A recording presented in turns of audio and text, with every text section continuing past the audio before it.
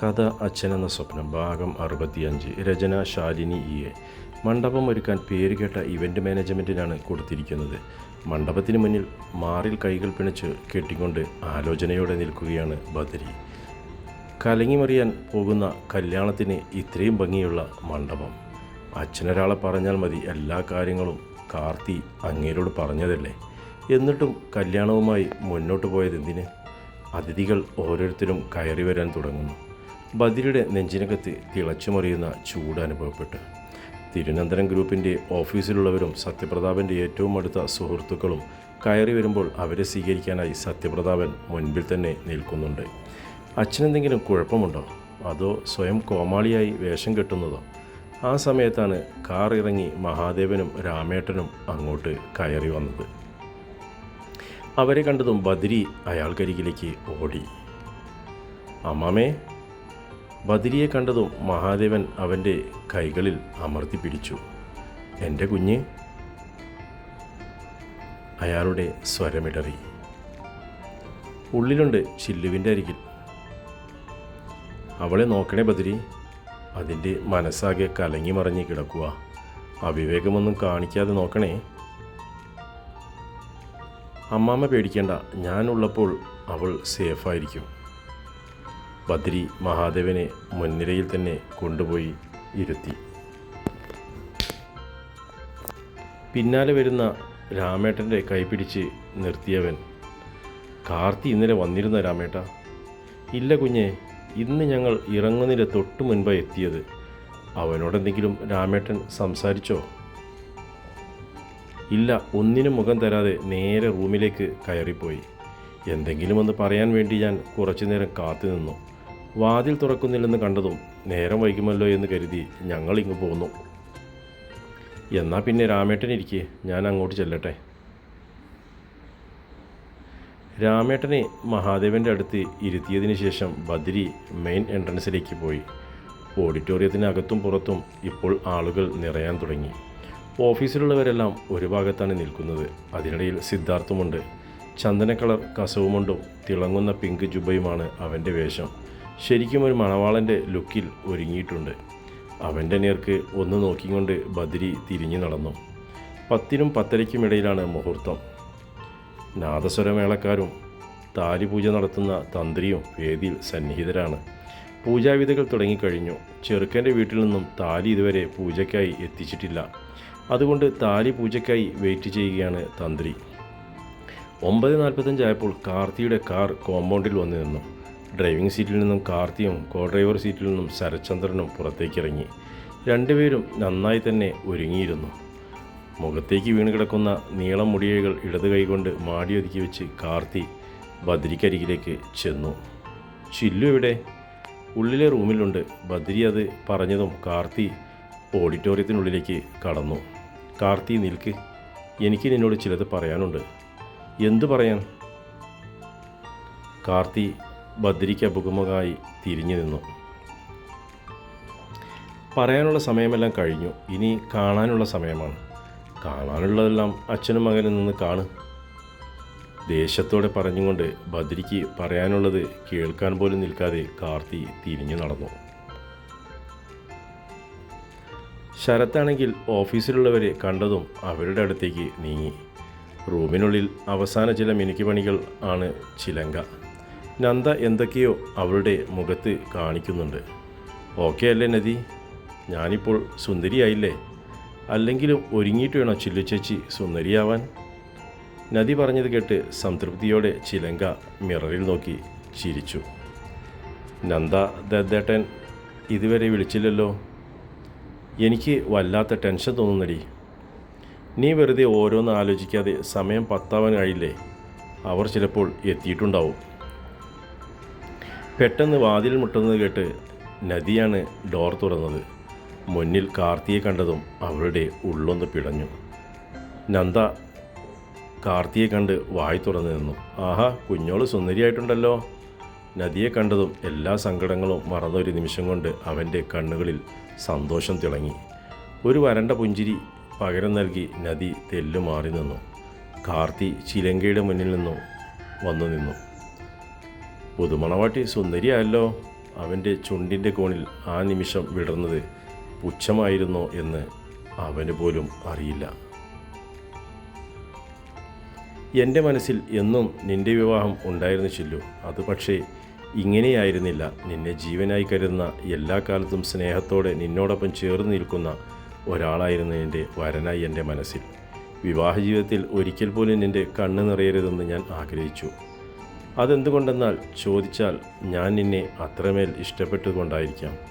നീ എൻ്റെ മനസ്സിൽ അത്രമേൽ നിറഞ്ഞതുകൊണ്ടായിരിക്കാം. അതുകൊണ്ടാണല്ലോ ലോകത്തിലേക്ക് വെച്ച് ഏറ്റവും നല്ലതിനെ തന്നെ നിനക്ക് നേടിത്തരണമെന്ന് ഞാൻ ആഗ്രഹിച്ചത്. അതിനൊരു അവസരം നിൻ്റെ അച്ഛനെനിക്ക് തന്നില്ല. സ്വന്തം മകൾക്ക് വേണ്ടി ഏറ്റവും നിന്ദ്യനും ക്രൂരനുമായ ഒരുവനെ കണ്ടുപിടിച്ചു അയാൾ.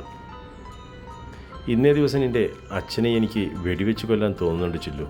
ഞാനത് ചെയ്യാത്തത് നിന്നെ മാത്രം ഓർത്തതുകൊണ്ടാണ്. അവൾ അവൻ്റെ മുഖത്തേക്ക് നിന്നതല്ലാതെ ഒന്നും പറഞ്ഞില്ല. നദി അടുത്തുള്ളതാണ് അവൾ ഒന്നും പറയാത്തതിൻ്റെ കാരണമെന്ന് കാർത്തിക്കറിയാം. ദേവദത്ത് തന്നെ കുറിച്ച് മോശമായ പലതും അവൻ്റെ അറിയിച്ചിട്ടുണ്ടായിരിക്കാം. അതുകൊണ്ടാണല്ലോ ഇത്രയും ദിവസമായിട്ടും അവൾ തന്നെ ഒന്ന് വിളിക്കുകയോ തൻ്റെ അടുത്തേക്ക് വരികയോ ചെയ്യാതിരുന്നത്.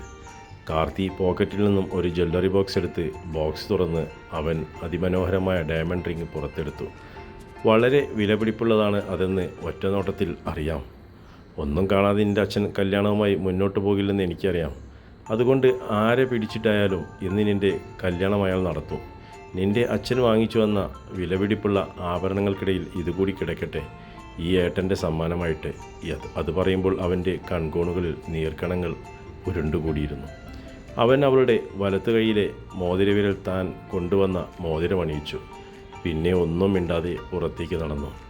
ഡോർ പുറത്തു നിന്നും അടച്ചതും കാർത്തിക് സങ്കടം കൊണ്ട് മനസ്സ് വിങ്ങിപ്പൊട്ടി. ഞാനിത്രയൊക്കെ പറയുമ്പോൾ തൻ്റെ നെഞ്ചോട് ചേർന്ന് ഏട്ടാ എന്ന് വിളിച്ച് കരയേണ്ടവളല്ല അവൾ. താൻ ഇതുവരെ കണ്ട ചില്ലുവാണോ ആ റൂമിൽ നിൽക്കുന്നത്? ഒരുത്തൻ്റെ വാക്കുകൾ എത്രത്തോളം അവളുടെ മനസ്സിൽ കയറി കഴിഞ്ഞിരിക്കുന്നു എന്ന് അവൻ ഓർത്തുപോയി. കാർത്തി പോയതും നന്ദ ചിലങ്കയുടെ മുന്നിലേക്ക് ചെന്ന് നിന്നു. ഇയാളെന്ത് പണിയാ കാണിച്ചത് ചില്ലു? നിൻ്റെ മോതിരവിരൽ പിടിച്ച് മോതിരമിടാൻ അയാളാണോ നിന്നെ കെട്ടാൻ പോകുന്നത്? എനിക്കത് കണ്ടിട്ട് നന്നായി സങ്കടം വന്നുട്ടോ, നന്ദ ദേഷ്യത്തിൽ പറഞ്ഞുകൊണ്ട് മുഖം തിരിച്ചു നിന്നു. ചിലങ്ക വിരലിലെ മോതിരത്തിലേക്കും നദിയുടെ മുഖത്തേക്കും നോക്കി. നദിയും നോക്കി എന്നല്ലാതെ ഒന്നും പറഞ്ഞില്ല. ഇപ്പോൾ സമയം 10 മണി കഴിഞ്ഞു 10 മിനിറ്റായി.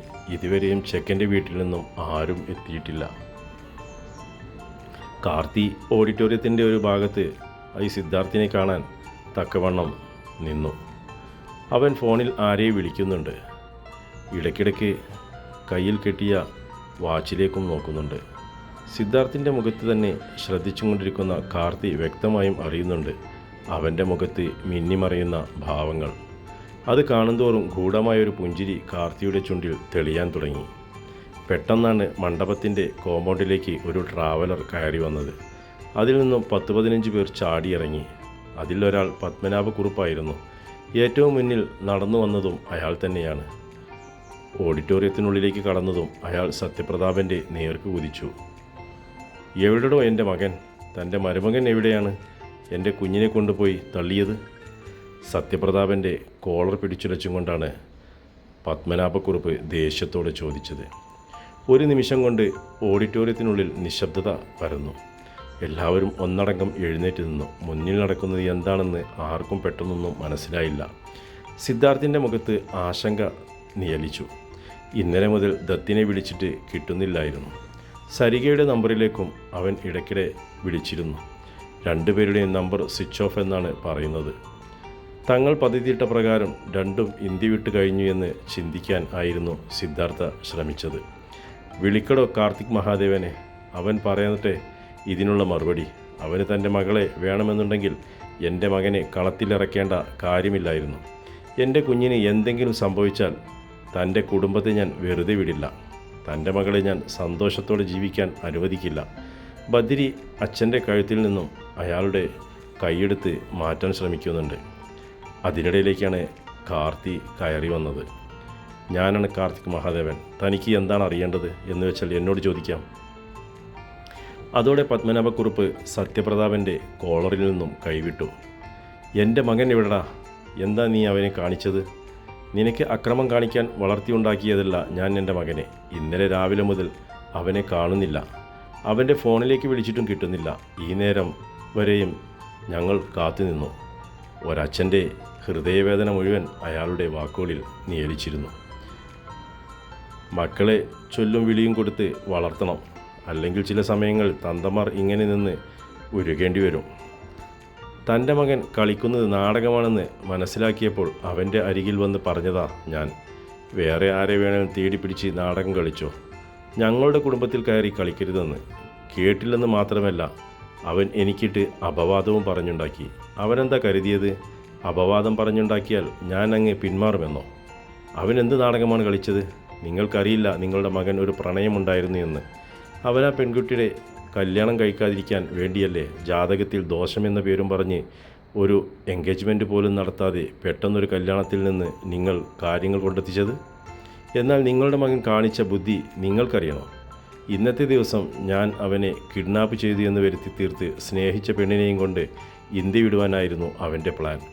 അങ്ങനെ സംഭവിച്ചാലും ഇന്നത്തെ ദിവസം നിങ്ങൾ ഇവിടെ വന്ന് ഇപ്പോൾ കാണിച്ചതുപോലെ കൊമ്പ് കോർക്കാൻ നിൽക്കും. എല്ലാവരുടെയും കണ്ണിൽ പൊടിയിട്ടും കൊണ്ട് അവനും അവളും മറ്റൊരു രാജ്യത്തേക്ക് കടക്കുകയും ചെയ്യും. ഓഡിറ്റോറിയത്തിലെ ബഹളം കേട്ട് അവിടേക്ക് വന്ന ചിലരും നദിയെയും നന്ദയും ഇതെല്ലാം കേട്ട് തരിച്ചു നിൽക്കുകയാണ്. തുടരും കഥയുടെ അടുത്ത ഭാഗം.